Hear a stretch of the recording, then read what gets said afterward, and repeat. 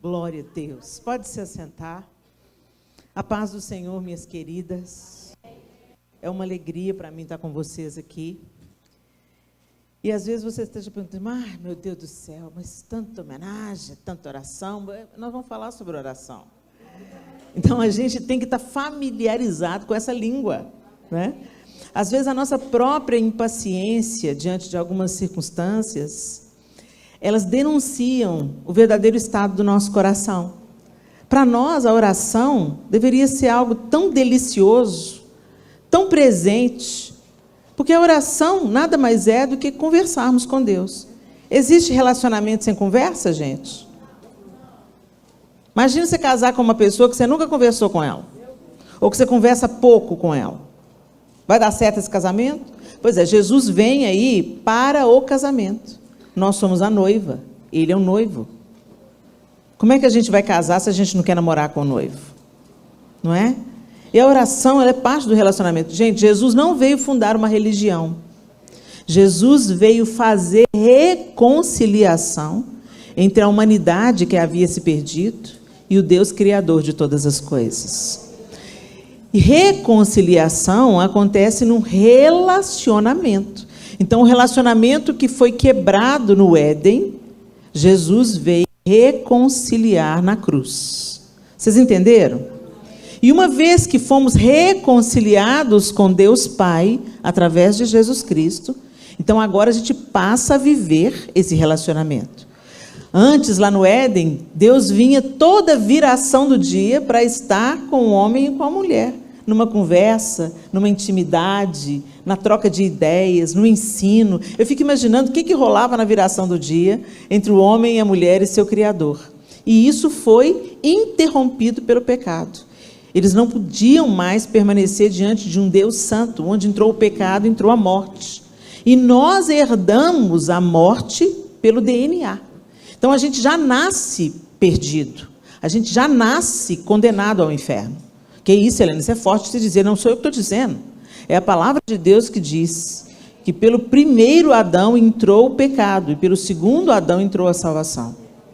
Então, quando o salmista diz, eu nasci na iniquidade e em pecado me concebeu minha mãe, o salmista não está se referindo ao sexo. O sexo foi Deus que inventou. E ele criou o sexo de um jeito elevado, pleno, belo, puro. Satanás pegou e emporcalhou, como tudo que ele põe a mão, vira. Mas Deus criou o sexo para ser um lugar tão elevado, de onde viria a vida. A vida vem do encontro sexual entre um homem e uma mulher, dentro da proteção do casamento. Esse é o plano de Deus. O diabo entrou, emporcalhou tudo, está tocando terror aí, com o sexo todo deturpado, uma sexualidade torta, adoentada, pecaminosa, mas isso não muda o projeto original de Deus. Então não é sobre pecado que o salmista está dizendo. O salmista está dizendo, eu nasci na iniquidade, eu nasci com o pecado no meu DNA. Eu herdei o pecado. Mas Jesus veio e nos reconciliou. Te deu a chance de não mais viver como criatura, mas passar a viver como filha de Deus. A todos quanto receberam este sacrifício, deu-lhes o poder de serem feitos filhos de Deus. Ô, gente, por que é tão importante eu falar isso? Parece que eu estou falando beabá da fé cristã, mas mais do que nunca, o óbvio precisa ser dito. E mais do que nunca é preciso de cristianizar cristãos, porque muita coisa estranha está sendo chamada de cristianismo, e nada tem a ver com cristianismo. E uma vez reconciliados, é como se Jesus tivesse vindo, colocado a chave da casa na sua mão e falasse assim, pronto, você pecou, você se divorciou de Deus, mas agora eu paguei o preço. A dívida que era sua, eu tomei sobre mim, fui lá e paguei. Você tem livre acesso novamente, volta para a casa do Pai. E muita gente fica rodando a chave na mão e não entra. E a gente quer se relacionar com Deus através de terceiros. Mas não dá para ser feito isso. O único mediador é Cristo. Ele é o único mediador. Ele disse, eu sou o caminho, a verdade e a vida. Não há outro mediador entre a humanidade e Deus Pai. Ele enviou o seu próprio Filho, para que o seu próprio Filho desse a vida. E dando a vida, pagasse uma dívida que era nossa. e nos reconciliasse, abrindo pela sua própria carne um novo e vivo caminho que nos leva de volta para Deus. E como que a gente vive de volta para Deus? Falando com Ele. Estando com Ele. Na viração do dia, no início do dia, no meio do dia, em qualquer lugar. A lindeza da graça é que agora você não precisa de um santo dos santos. O Espírito Santo habita em você. Você foi selado com o Espírito Santo. Então você pode falar com Deus em qualquer lugar. Gente, é algo tão fora da caixa que às vezes a gente tem dificuldade de assimilar isso. E de viver dessa maneira.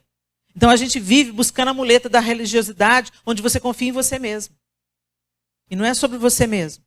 É sobre a graça de Deus que te habilita a viver uma vida santa dia após dia. Ou a gente vive presa na religião, onde a gente confia na nossa bondade, ou a gente vive na hipergraça. Eu posso viver a vida de pecado, porque Jesus já pagou o preço, eu vou viver a vida doidado. Nenhum nem outro. Porque eu fui salvo pela graça. Agora eu entro numa vida de santificação, que responde ao Senhor, porque Ele me amou tanto. Então, eu correspondo a esse amor, amando, e amar a Deus é obedecê-lo. Dito isso, eu queria ler com vocês o texto que dá tema a essa conferência. Rod, abre aí a sua Bíblia em Atos 12. Nós vamos só relembrar por que essa conferência se chama Conferência Rod. Atos capítulo 12, a partir do verso 1, eu vou usar a NVI, a Nova Versão Internacional, que diz assim. Nessa ocasião, o rei Herodes prendeu alguns que pertenciam à igreja com a intenção de maltratá-los e mandou matar à espada Tiago, irmão de João. Vendo que isso agradava aos judeus, prosseguiu, prendendo também Pedro durante a festa dos pães sem fermento. Tendo-o prendido, lançou-o no cárcere, entregando-o para ser guardado por 4 escoltas de 4 soldados cada uma.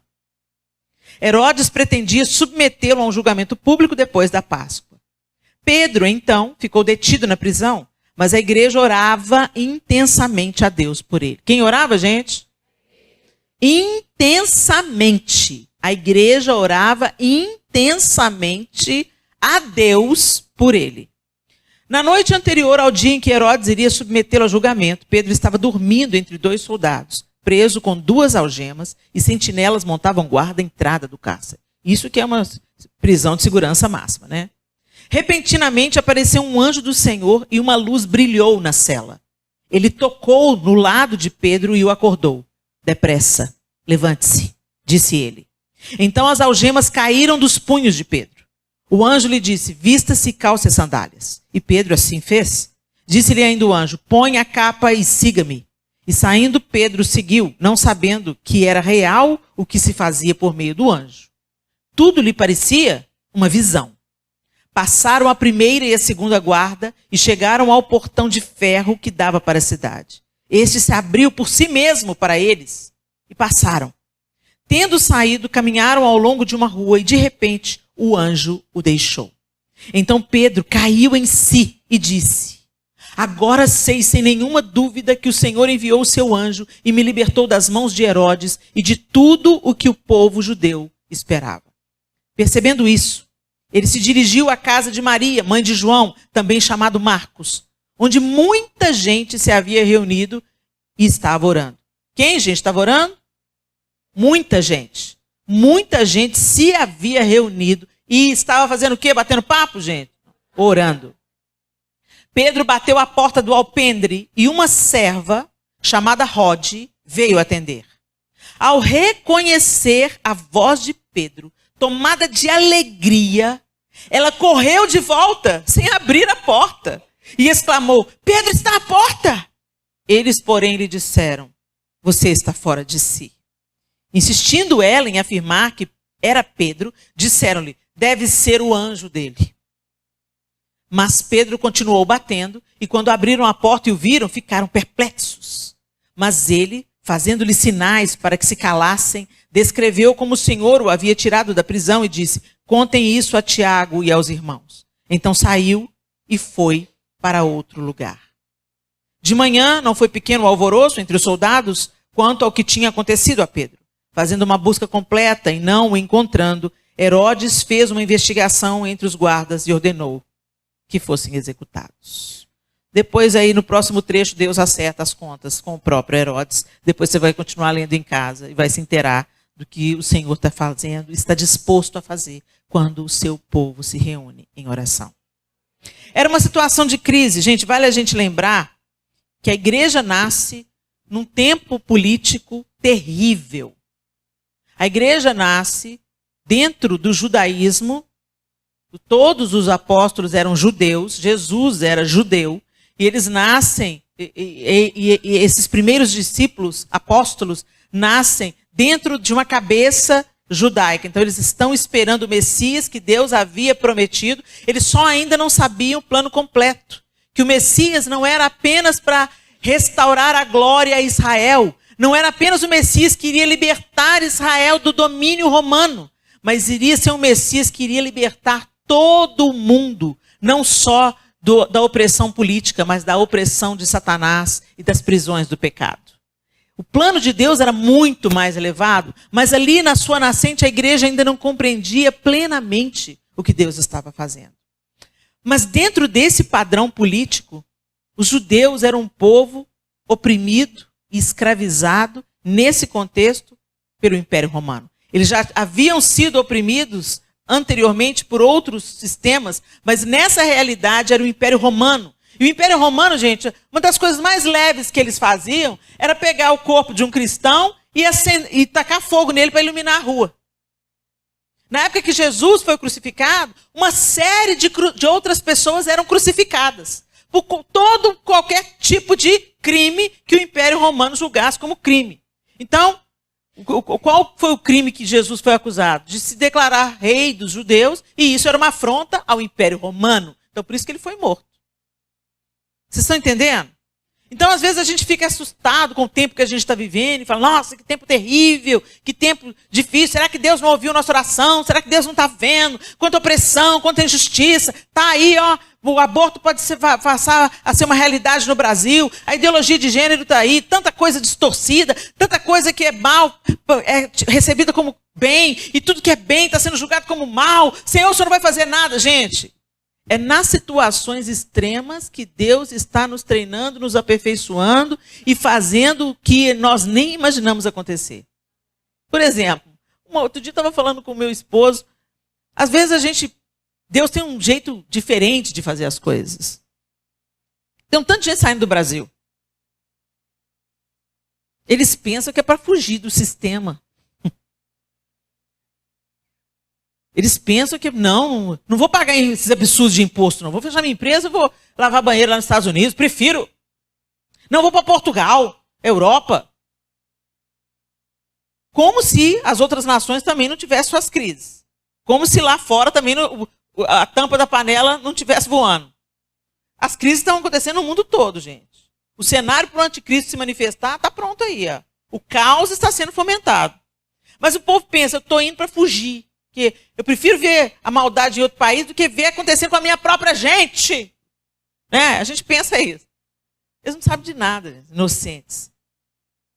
Estão sendo enviados como missionários, não estão nem vendo. Chega lá, Deus, quanta gente eu conheço lá fora que fala assim, pois é, eu vim para pagar uma dívida, que a coisa estava difícil lá no Brasil, estou aqui, abri uma igreja, está há 10 anos, muitas pessoas foram salvas, alcançadas. Quando você veio para cá, você tinha plano. Deus me livre, a última coisa que eu queria ser era pastor, missionário. Deus tem os seus caminhos. Então não se desespere, não. Deus está no comando. E quando parece que está dando errado, está dando certo.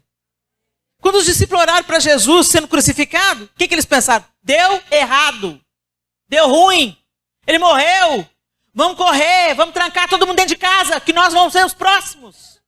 Mal sabia eles que estava por vir, que eles também iam morrer. Mas que ia ser por um nobre motivo, para o evangelho reverberar até os dias de hoje. E quando eles morreram, todos eles entregaram a vida corajosamente. Nenhum deles se acovardou. Nenhum deles se escondeu.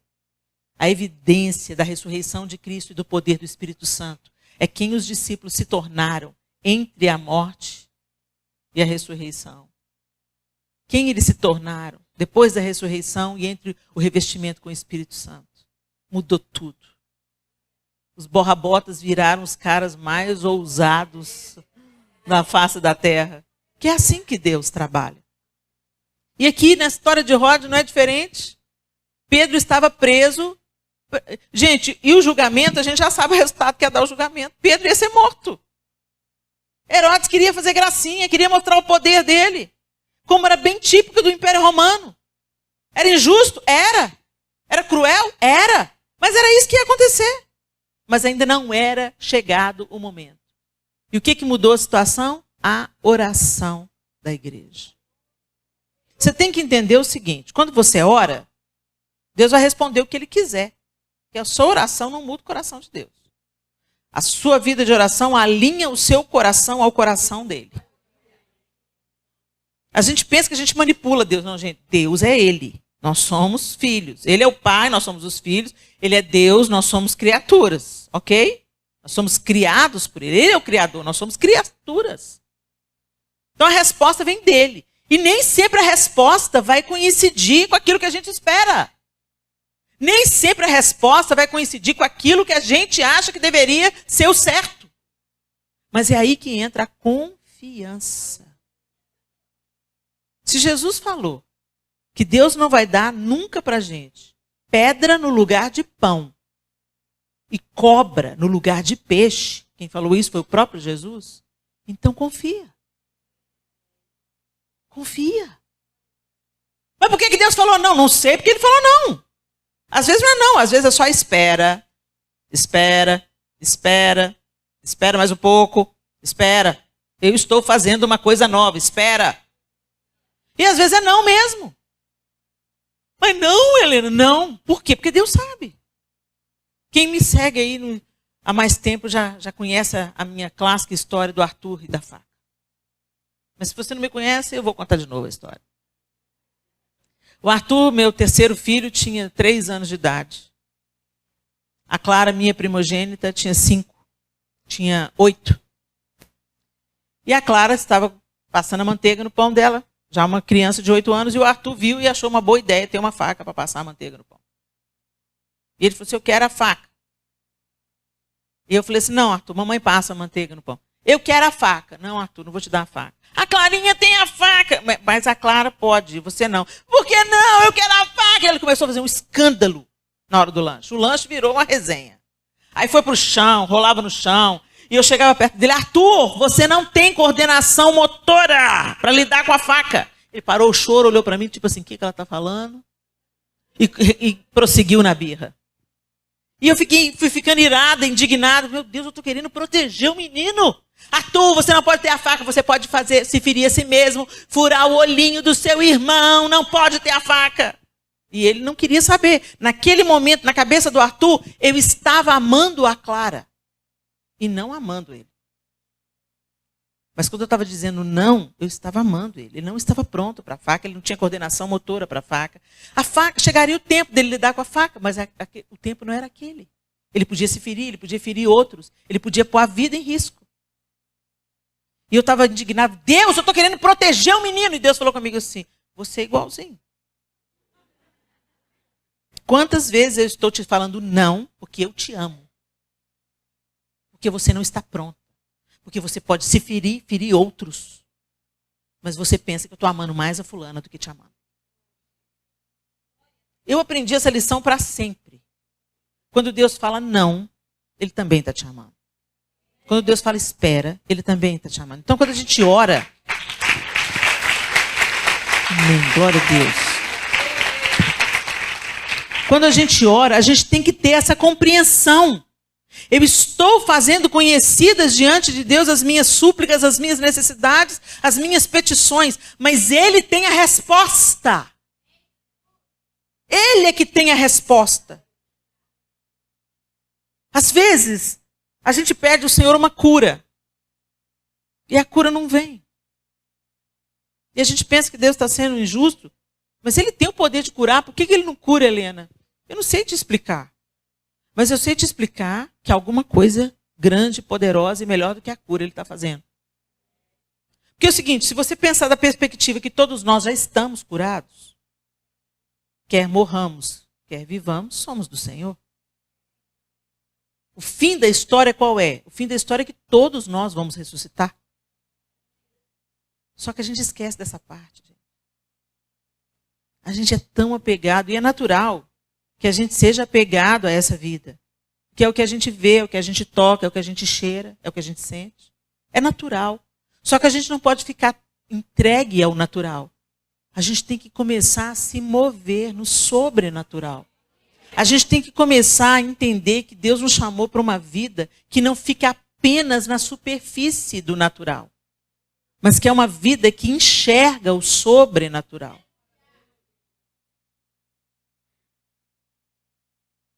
A palavra de Deus em Filipenses, no capítulo 4, você não precisa de abrir. No capítulo 4, versos 6 e 7, diz assim: o apóstolo Paulo está instruindo a igreja em Filipos. Não andeis ansiosos de coisa alguma.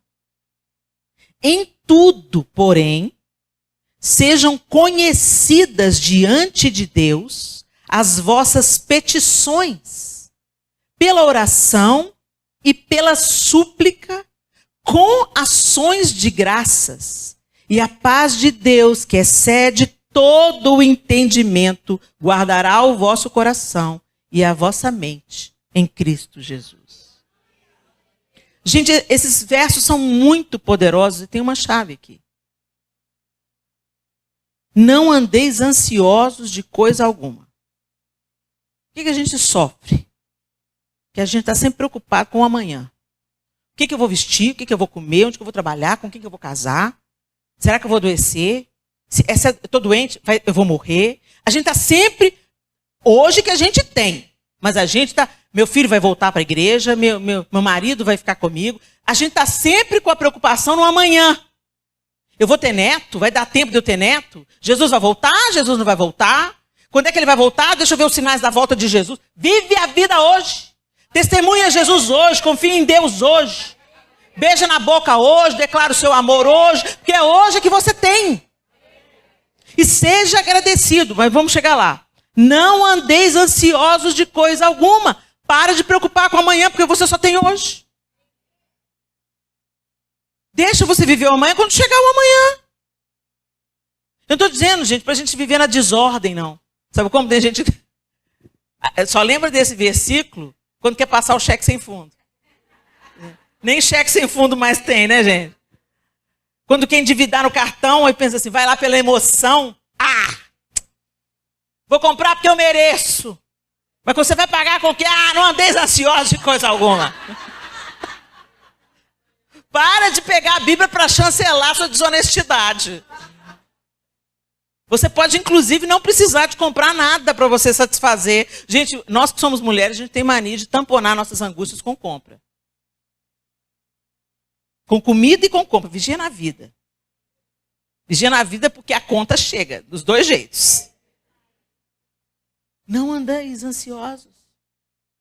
Ansiedade é excesso de futuro. Depressão é excesso de passado. Ansiedade é excesso de futuro.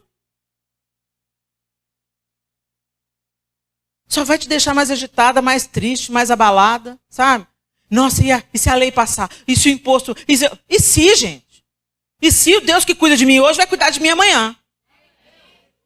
Fica no hoje. Fica no hoje. Adore a Deus hoje, confie hoje. E, gente, isso tem que ser exercitado. Isso não rola naturalmente. Nós estamos num tempo que fomenta a nossa angústia e a nossa ansiedade. A gente está sendo treinado para ser angustiado pelo celular. Você está feliz com a sua vida. Aí você vai lá olhar a vida da fulana. A vida da fulana é a vida dela. Ela está em Paris, Helena. E eu passando férias em Sabará. Dá graças a Deus porque tem Sabará para você ir passear. O tempo de hoje faz isso com você. A rede social quer que você fique invejosa, insatisfeita, reclamona.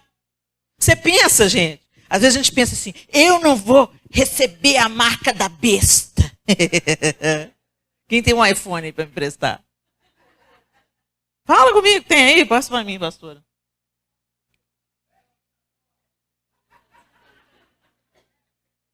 Ô, gente, não estou querendo demonizar tudo, não. Tudo é o anticristo, a besta. Mas não sejamos inocentes. O símbolo é uma fruta mordida. a marca na fronte e na mão direita. Gente, às vezes a gente pensa que vai ser uma coisa literal, a gente fica preocupada com o chip. Nós já estamos dentro do sistema do anticristo. Nós já estamos dentro do pensamento do anticristo desde que Jesus ressuscitou. É um sistema que rejeita Cristo. Você fala, Deus te abençoe. Todo mundo recebe. Mas você fala assim, vai com Jesus. Fala esse nome. Coloque esse nome no Instagram para você ver como que os seus posts vão ser reduzidos, a entrega.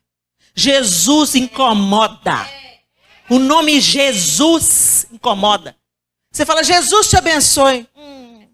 Deus te abençoe. O eterno te guie. Amém, amém. Se a pessoa não foi ateu, até o ateu às vezes fala amém. É socialmente aceito.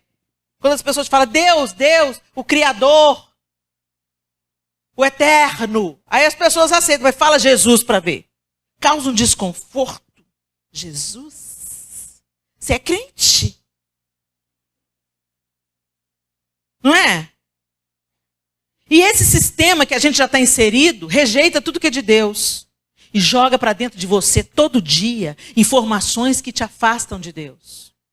Quanto tempo você gasta na rede social? Não precisa me responder, é só para você pensar. Tem aquele negócio que te dá o número, né, de horas que você gasta.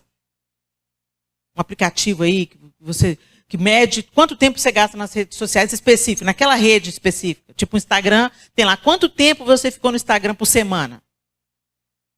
Compara com a sua vida de oração.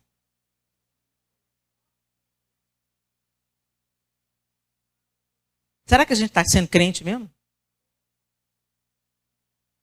Será que a gente está vivendo no sistema do Cristo ou no sistema do anticristo? Será que a gente prioriza as coisas eternas? Gente, a gente não prioriza.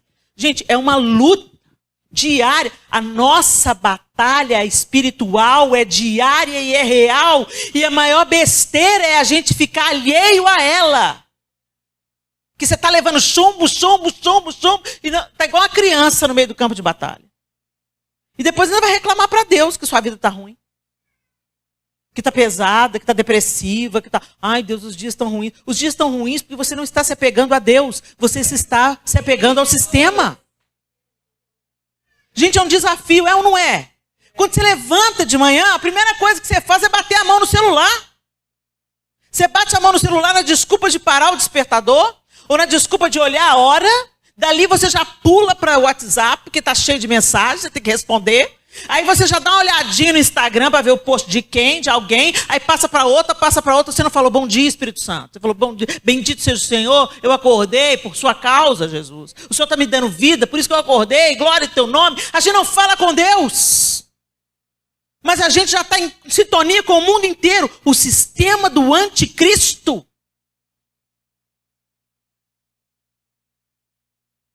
Esses irmãos estavam reunidos na casa de Maria, mãe de João Marcos.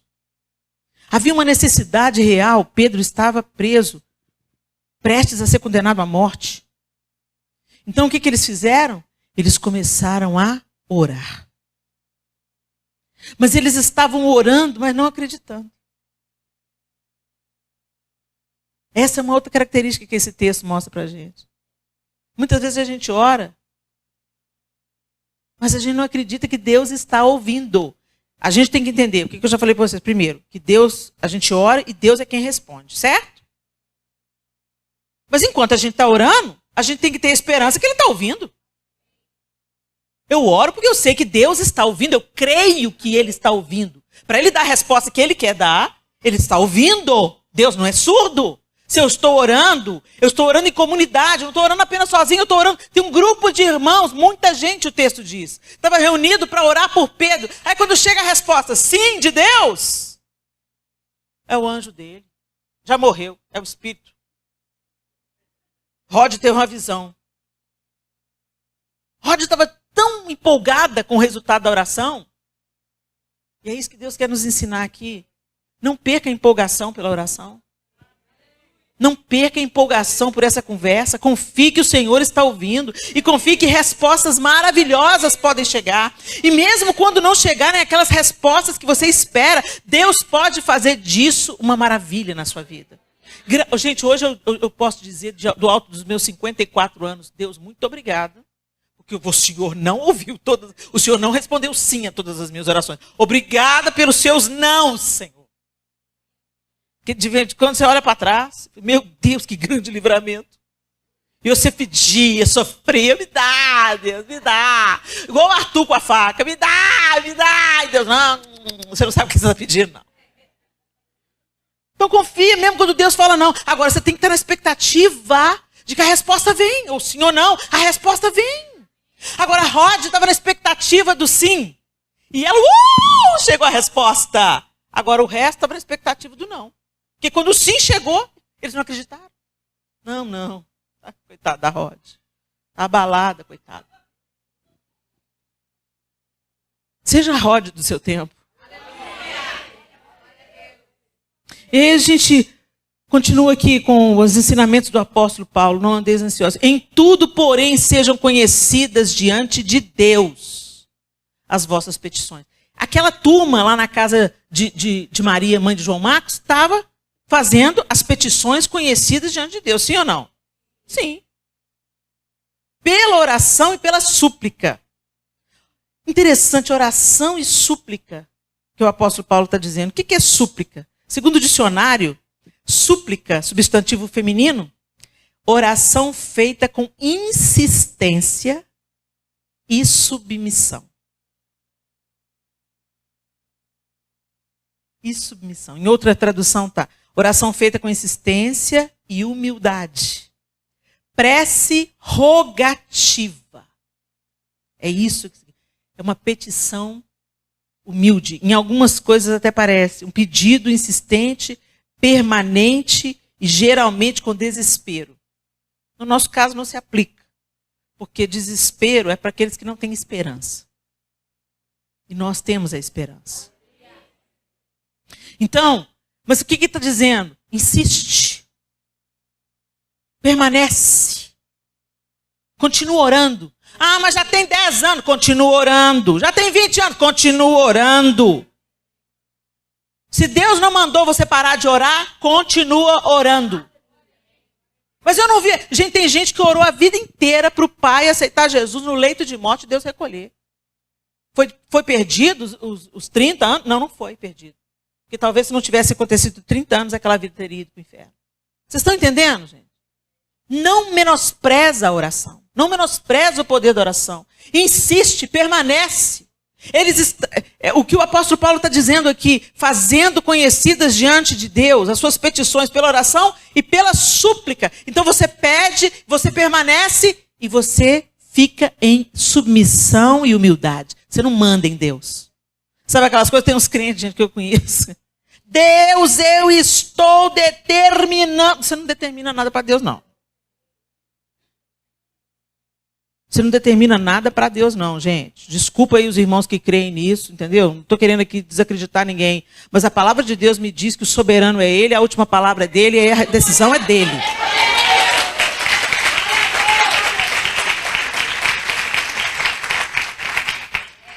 Então eu clamo, eu suplico, eu permaneço, eu persevero, mas eu não dou ordens para Deus.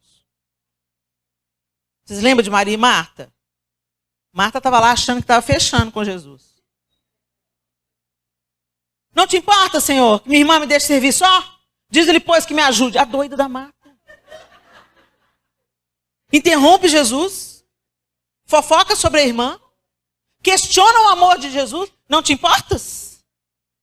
E ainda fala para ele, diz-lhe, pois, que me ajude. Jesus olha para ela. Marta, Marta. Coisa tá ruim, né, Marta? Você tá ruim, filha. Andas ansiosa e afatigada. Com muitas coisas. Mas uma só é necessária, Marta. E Maria escolheu a melhor, ninguém vai tirar dela, não.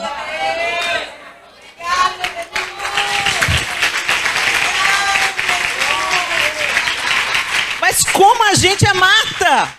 A gente gosta de dar ordem para Deus. Você já deu ordem para Deus? Já, gente. A gente vive fazendo isso. Se não é misericórdia de Deus na vida da gente.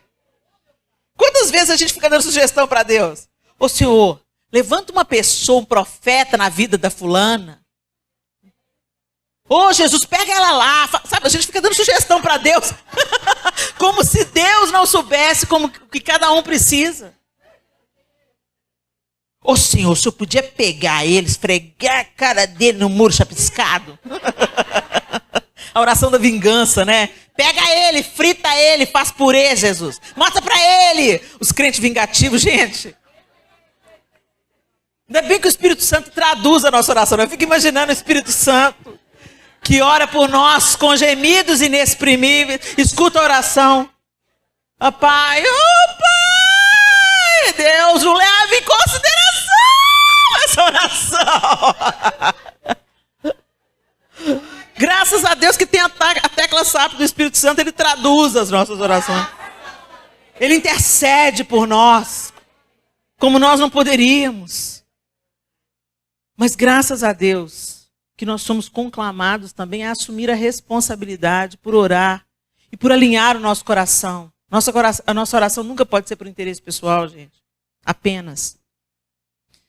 O Senhor nos ensina, vocês pedem e não recebem, porque vocês pedem mal. Pedem só para os seus deleites e prazeres. Isso também deixa para a gente um outro padrão de oração. Não é só sobre nós, não ora só por você, não. Ora por você e ora pela sua amiga que está passando pelo mesmo problema. Ora pelo seu filho que está desviado e ora pelo filho da outra que está desviado também. A oração não é egoísta, gente. Esse povo estava reunido na casa de Maria para orar por uma causa que não era deles, era de um irmão que estava preso.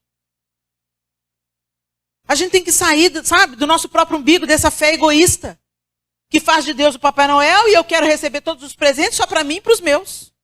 Não tem nada a ver com o cristianismo isso. Nós temos que nos envolver com as causas do nosso tempo. Nós temos que orar pelas crianças que estão sendo abusadas.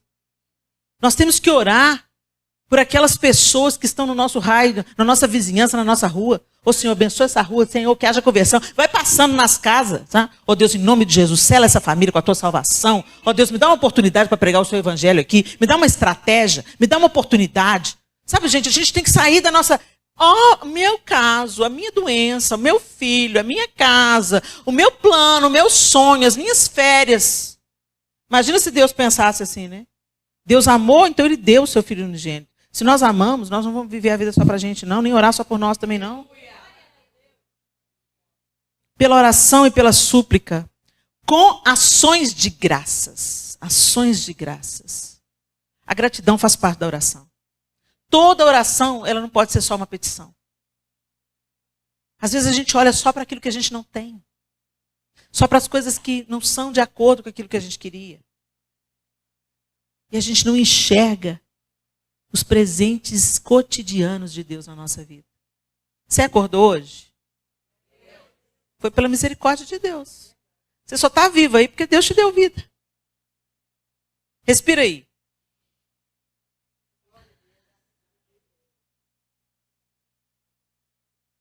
Precisou de um pulmão mecânico? Glória ao nome do Senhor. Você comeu hoje? Pelo menos uma refeição? Glória a Deus. Você sente o gosto das coisas? Privilégio, hein? Você faz xixi sozinha? Olha que bênção. Não tem uma sonda? Uma fralda? Bendito seja o nome do Senhor. Você tem onde recostar sua cabeça? Uma casa, uma cama? Você tem cobertor e agasalho nesse frio que está fazendo? Bendito seja o Senhor, hein? Você tem alguém que você ama e que você sabe que te ama também? Olha aí, que bênção. Porque às vezes a gente pensa que é vulgar. A gente só valoriza quando perde. Que não seja assim conosco. Ações de graças têm que estar no meio da nossa oração.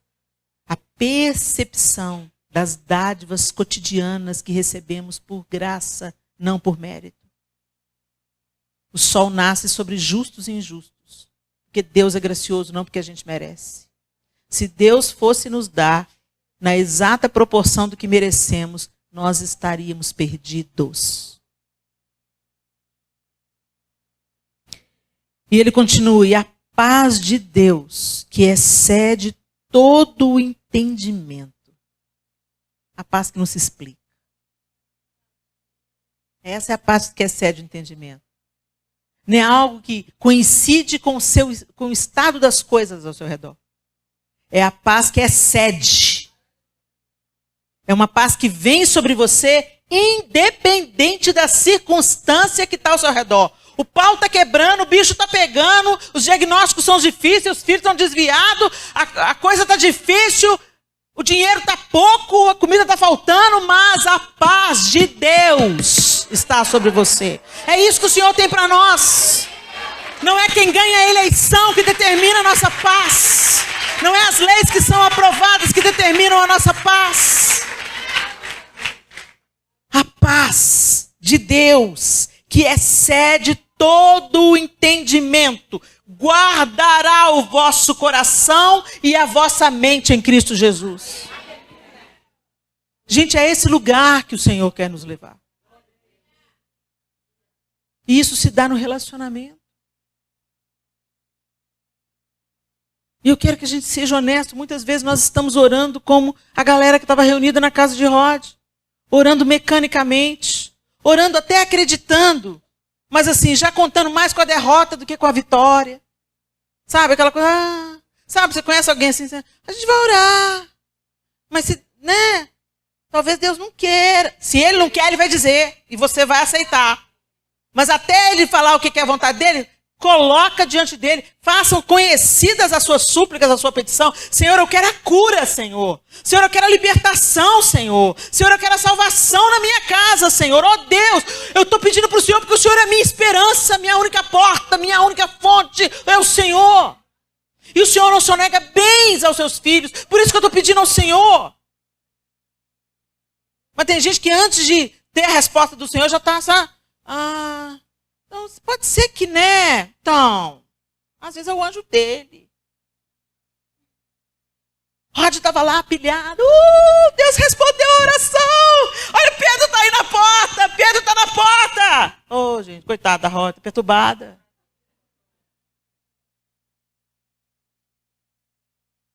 É isso que, às vezes, a oração religiosa faz com a gente. A gente ora por hábito. Tem gente que não ora nada. E tem gente que ora na lenga-lenga. Só repete a ladainha. Sem pensar. Sabe a oração da hora da comida? Como a gente tem que vigiar, né, gente? Tem gente que é tão mecânico que você pensa assim, orei? Porque está no automático. Ô, Senhor, obrigado por esse alimento, pela tua provisão e sustento, que não falte nada na cada viúva do órfão, em nome de Jesus, amém. É reza. Reza é o que você repete sem ter consciência do que você está falando. Você repete por costume, por tradição. E o Senhor quer nos levar a um outro nível de relacionamento. Relacionamento tem uma conversa fresca todo dia. Eu não chego para o João e falo assim, olá, João, boa tarde, João. Seja bem-vindo à sua casa, João. Você quer tomar um café? Como foi o seu dia de trabalho? Você não repete o mesmo discurso para o seu marido? Por que a gente entra no automático nesse relacionamento com Deus, gente?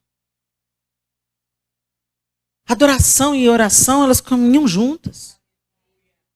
Não há adoração sem oração e oração sem adoração.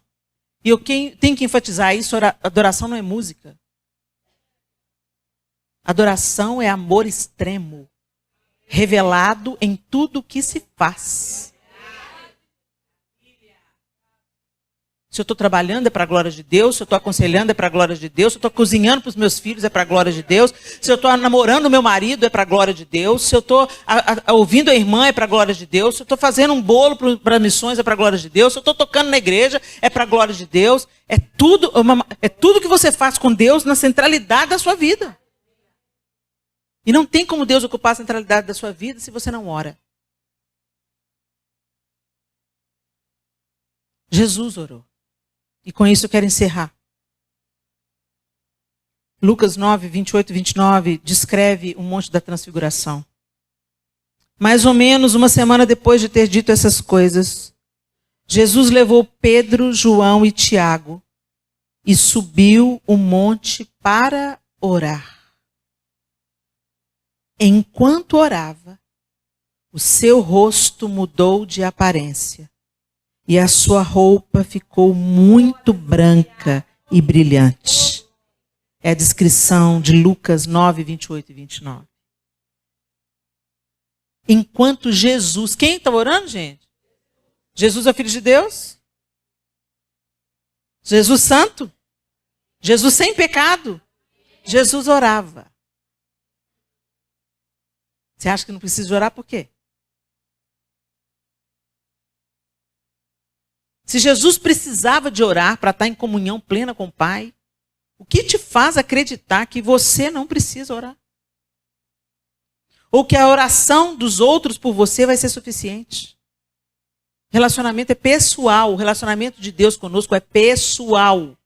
O único entre nós dois é Jesus Cristo.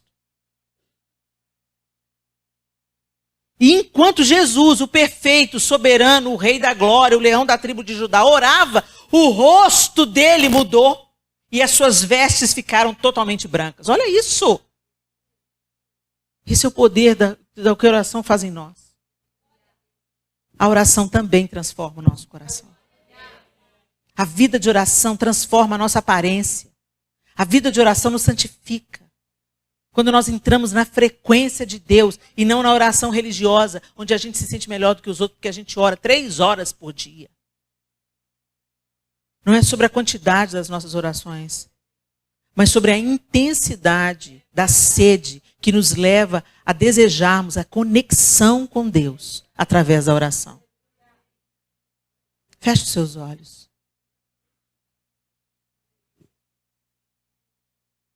Eu quero que você seja sincera com você mesma nessa noite. Como é que está a sua vida de oração? Não seja hipócrita na resposta.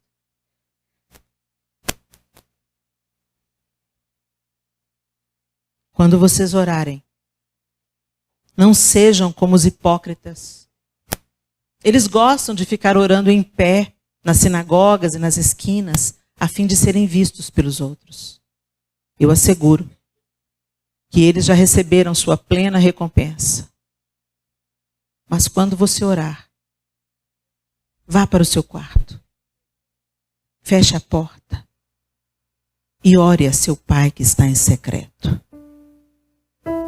Então seu Pai, que vê em secreto, o recompensará.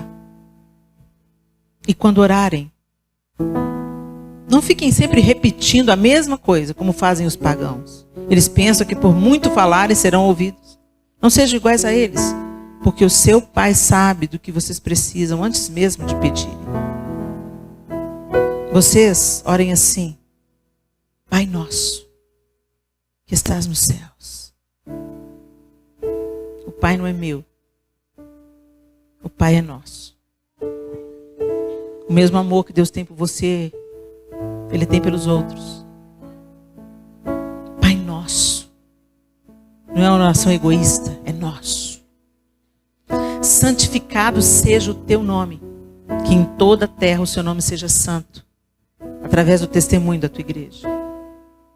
Venha o teu reino.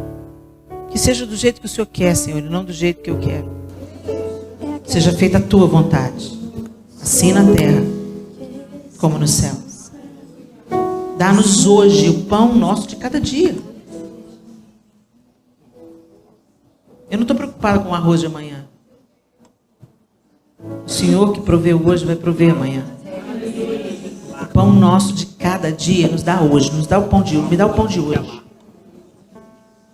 Perdoa as nossas dívidas. O Senhor, os meus pecados são muitos. Perdoa, porque eu tenho perdoado os pecados dos meus devedores. Essa parte é séria. Para você ser perdoado, você tem que perdoar também. E não nos deixes cair em tentação. Não me deixe, Senhor, entregue a mim mesmo. Não me deixe confiar no meu próprio coração, que é enganoso. Não me deixe aceitar as mesas bem postas por Satanás, Senhor. Não me deixa cair em tentação.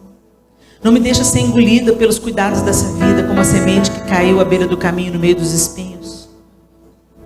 Não me deixe cair em tentação, Senhor, nem dos pecados escandalosos, nem dos pecadinhos de inveja, mentirinha, maledicência. Livra-me do mal,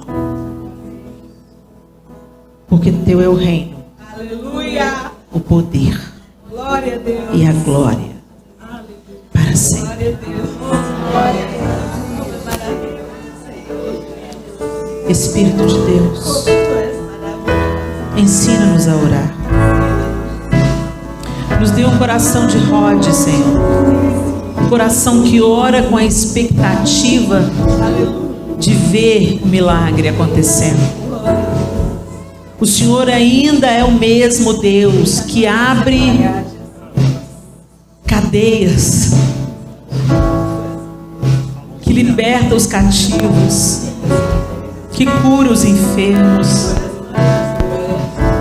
que muda destinos, que restaura pecadores. O Senhor é o mesmo Deus. Nós aqui ficamos tão conformados ao sistema do anticristo. Joga a luz nas trevas do nosso coração e da nossa mente, Deus, e ensina-nos a orar. Espírito de Deus, ensina-nos a orar. Não uma oração autocentrada e egoísta, mas em convergência com aquilo que o Senhor está fazendo no planeta hoje, em concordância com aquilo que está pulsando no teu coração. Que oremos pela nossa casa e também oremos pelos outros com o mesmo amor e devoção, e que confiemos plenamente que a tua resposta e a tua vontade é boa, é perfeita e agradável. Em nome de Jesus. Amém e amém. Deus abençoe.